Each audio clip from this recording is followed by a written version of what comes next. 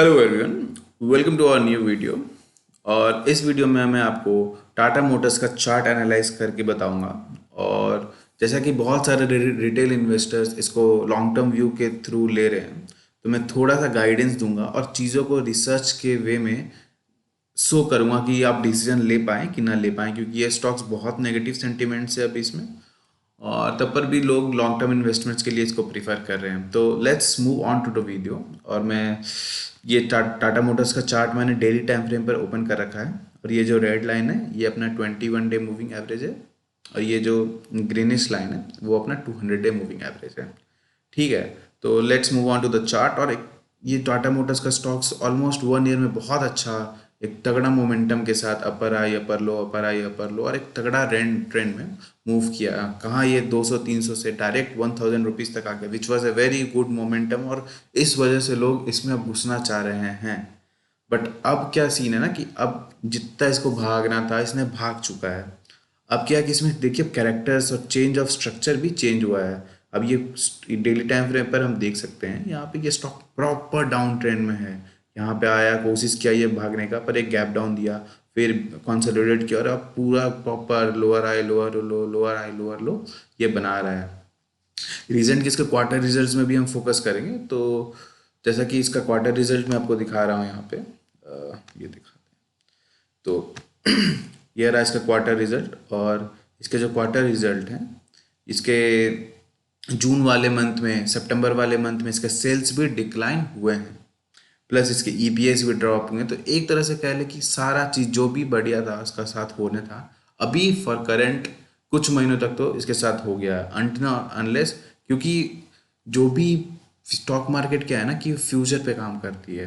और फ्यूचर का जो भी प्रोजेक्शन था ईवीज का वगैरह सारा इसने अपना रिटर्न, क्योंकि बहुत तगड़ा भागा है, 200 का स्टॉक 1000 रुपये जा चुका है, ऑलमोस्ट 900% का एक रिटर्न। ठीक है, अब देखिए यहाँ पे क्या बढ़िया स्ट्रक्चर इसका चेंज हुआ है। जो कि ये पहले गैप डाउन दिया, स्विंग ट्रेडर्स तो पहले ही यहाँ पे निकल जाते हैं, क्योंकि जब भी गैप डाउन दे रहा है मतलब बहुत नेगेटिव सेंटिमेंट्स है। और अगर लॉन्ग टर्म इन्वेस्टर्स हैं तो ये एक ट्रेंड लाइन दिखा देखते हैं, यहाँ पे भी हम निकल सकते थे, एक तगड़ा सा यहाँ पर ट्रेंड लाइन का इसने एग्जिट दिया था यहाँ पे यहाँ पे देख सकते हैं। इस रेंज में भी अगर आप हम निकल जाते हैं तो ये इतना बड़ा ड्रॉप से हम बच गए रहते हैं। तो दीज आर द थिंग्स, आप स्टडी करोगे, आप रिसर्च करोगे तो आपको पता चलेगा। अब वो कि लॉन्ग टर्म इन्वेस्टर सब बोलेंगे कि भाई कितना गिरेगा, एक ना एक दिन तो बढ़ेगा। मैं मानता हूँ एक ना एक दिन तो बढ़ेगा, इट्स नॉट, पर क्या ये कंपनी बढ़ेगा इसका गारंटी तो नहीं है। Let's move on to the history of this stock, क्योंकि ये स्टॉक्स बहुत सालों से लिस्टेड है। ठीक है, तो मैं ना आपको थोड़ा मंथली चार्ट्स पे लेके जा रहा हूँ। ठीक है, ये हमारा मंथली चार्ट है, देखो कितना ब्यूटीफुली यहाँ से यहाँ तक ये स्टॉक ने एक बढ़िया upper high upper low higher high higher low का तगड़ा सा अप ट्रेंड दिया, पर अब ये ट्रेंड डाउन ट्रेंड में जा रहा है। ठीक है, क्योंकि ये मंथली चार्ट है तो हमें बहुत ईजिली चीज़ों के बारे में पता चल जाएगा। अब देखते हैं, हम स्टार्ट करेंगे 2006 के मार्केट से। ठीक है, 2006 का मार्केट देखिए यहाँ पे, जो कि 190 रुपीज़ तक गया। और 190 रुपीज़ जाने के बाद इस लेवल को टच करने के लिए इसने ऑलमोस्ट 4 ईयर्स का लिया। तो 4 ईयर्स तक आपके पोर्टफोलियो में ये स्टॉक ऑलमोस्ट 80% का करेक्शन दे चुका था। तो उस लॉस को देखना और सोचना, अगर होल्ड कर रखें, पेशेंस रखना, ये सबके बस की बात नहीं है। प्लस क्या पता ये बढ़ता भी ना, एक ये भी तो साइकोलॉजिकल थॉट्स आते हैं ना। चलो ये बढ़ गया, उसके बाद इसने, क्योंकि अगर हम स्टडी करके थोड़ा अच्छी जगह पे बाई करें तो हमें क्या है ना, मोमेंटम के साथ मतलब प्रॉफिट मिलने का चांस और right time to enter right time to exit भी मैटर करता है। ठीक है जी। अब देखिए दूसरा इसका, जब ये अप ट्रेंड यहाँ से कंटिन्यू हुआ, यहाँ पे एक पुल बैक आया, उसके बाद ये अप ट्रेंड को इसने कंटिन्यू करते ही चला गया। लेकिन फिर इसके बाद इसने मार्च 2015 में फिर से इसने एक तगड़ा करेक्शन दिया। और उस करेक्शन के बाद इसने ये स्टॉक थोड़ा नहीं मतलब 50-60% का करेक्शन दिया। और इसके बाद उस ऑल टाइम हाई को टच भी नहीं किया, इसको क्रॉस नहीं किया है वो, वहाँ जाके थोड़ा सा 1 साल बाद टच किया। और टच, क्योंकि आप प्रॉफिट में लॉस में तो बुक नहीं करोगे ना स्टॉक को, क्योंकि अपने इतने साल से होल्ड कर रखा है, तो भाई अब कितना लॉस तो लेंगे नहीं है, अब उसको होल्ड ही करते रहते। और उसके बाद ये जो देखिए ये जो कोविड का क्रैश आया था, कोविड के क्रैश तक ये स्टॉक जब लग रहा था दुनिया खत्म हो जाएगा, ऑलमोस्ट 80 to 90% ड्रॉप हो चुका था।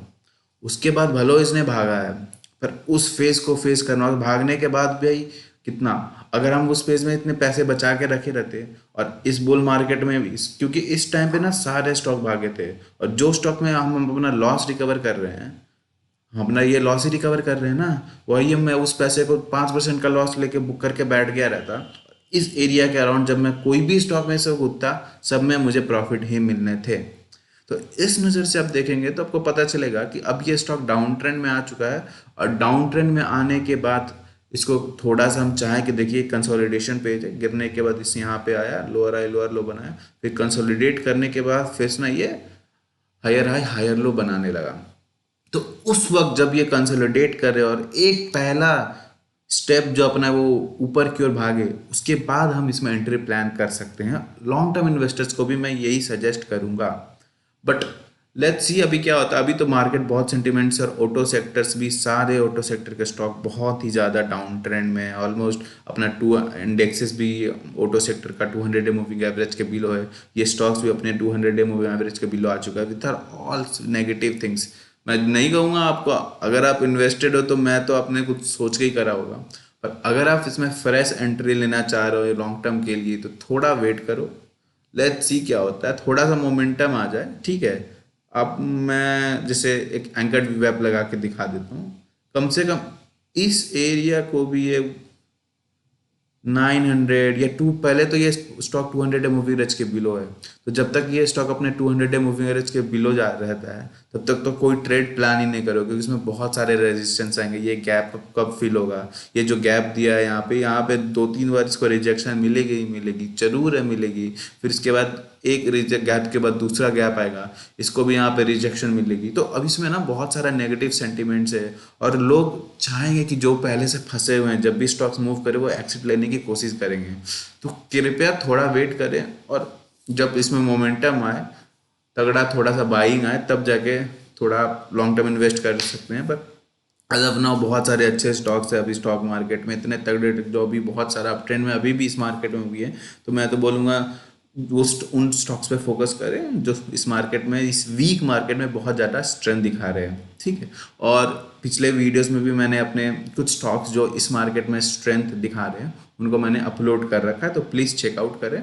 और अगर ये वीडियो इन्फॉर्मेटिव लगा तो चैनल को लाइक करें, सब्सक्राइब करें और शेयर करें। मैं ऐसे जेन्युइन कंटेंट आपको शेयर करते रहूँगा। और अगर आपको किसी और स्टॉक के बारे में चार्ट एनालाइज करवाना है तो मैं ज़रूर आपको एक अच्छे तरीके से पूरा हिस्ट्री और कैसे क्या वर्क करता है वो मैं आपको बताऊंगा, ठीक है। थैंक यू जी, चलिए।